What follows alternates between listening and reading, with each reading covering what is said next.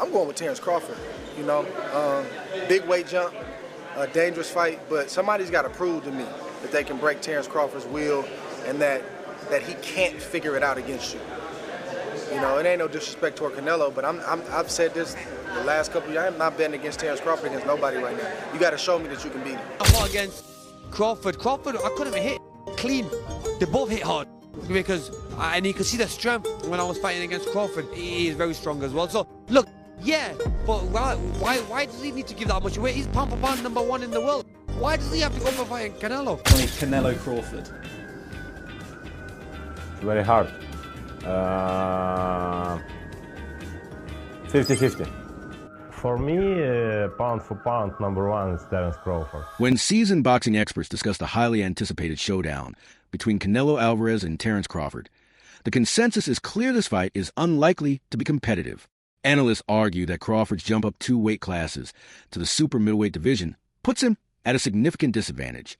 Canelo's proven ability to deliver brutal body shots and break opponents down at 168 pounds, combined with his championship pedigree at higher weights, is expected to overwhelm Crawford's style and physical frame. Jaron Ennis cautioned Crawford that moving straight to 168 pounds against Canelo is a major misstep. He urged Bud to take a warm-up bout at 160 pounds first, emphasizing that Canelo has long dominated the super middleweight division and repeatedly knocked out larger opponents. But I think you got to lean more towards Canelo because, like I said before, he been pitting big guys out and down. And Canelo not even really a 68-pounder. He probably really should be at 60, maybe. And he been hurting these guys. I think he be dropping these guys and things like that. So, and them guys be way bigger than him come fight night. I know that for sure. They be probably close to 200 pounds. And he dropping those guys like that. So, I don't know. You know, it's going to be a great fight. You know, the fans want to see it. So, so be it. I think Crawford should take a warm-up fight, at like 60 or like at least at 60, just to get his body, to feeling of somebody a little bit bigger, and things like that.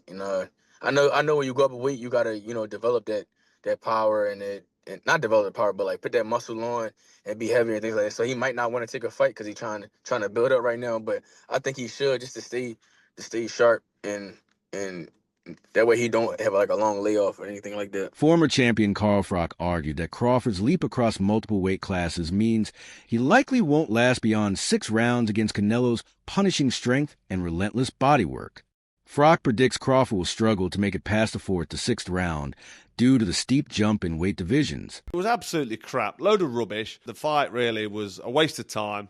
If you haven't watched it, don't watch it because there's better things you can be doing, like probably watching the grass grow or watching some paint dry maybe. But that fight was a total waste of time. Watching that as a former unified super middleweight world boxing champion and Hall of Famer, I was thinking to myself, what an opportunity you've got there. If I was fighting still 10 years ago, if that opportunity came up for me, I know Canelo Alvarez is going to be a tough fight for anybody. I know it's a long ask trying to beat a guy like that, but come on. If I'm in there with Canelo for whatever amount of money, there's going to come a point where I'm saying, right, I'm going for it now. Probably around 3 or 4, I'm going to stick it on him and have a go. To be given an opportunity like that, Skull, defending his IBF title and potentially becoming undisputed, to go in there and just perform like that, for me, it's not acceptable. And I think in my day and with my mindset and the way I used to fight, I'd have gone for it. Just gone for it and then give the fans, give the boxing fans and do myself and my trainer proud. He has passed his best. He's had over 60 fights. Mm-hmm.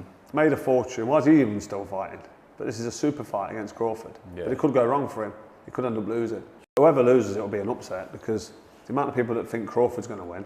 Crawford's certainly an unbelievable bad boy fighter, proper good fighter. Then you've got Canelo who just understands the game. Abel Sanchez, former trainer Gennady Golovkin, called a matchup ridiculous, stressing that Crawford hasn't demonstrated the power or physical growth necessary to compete at 168 pounds. According to Sanchez, Crawford's only path to victory will be securing a knockout. Canelo versus Terence Crawford. I'd like to get your thoughts on how that fight plays out and a prediction if possible.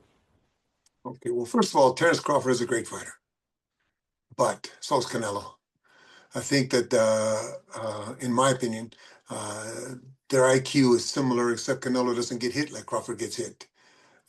In my opinion, Canelo's a bigger man. Not that he started out as a bigger man, but he's now a bigger man. He has been hit by not only Gennady, who's one of the biggest punchers that I've ever coached and I've ever seen, but he's also been hit by Bivol, by Kovalev, who's a big punch. You know, he's been hit by big guys. Crawford had a hard time with a 154-pounder who hit him often. So I think that no matter how much weight he puts on, no matter how smart he thinks he is or how big he thinks he is, he's going to be getting hit by a truck. And he's not used to that. And I think that at the beginning, just like it was with Kell Brook and Gennady, at the beginning, the speed and the talent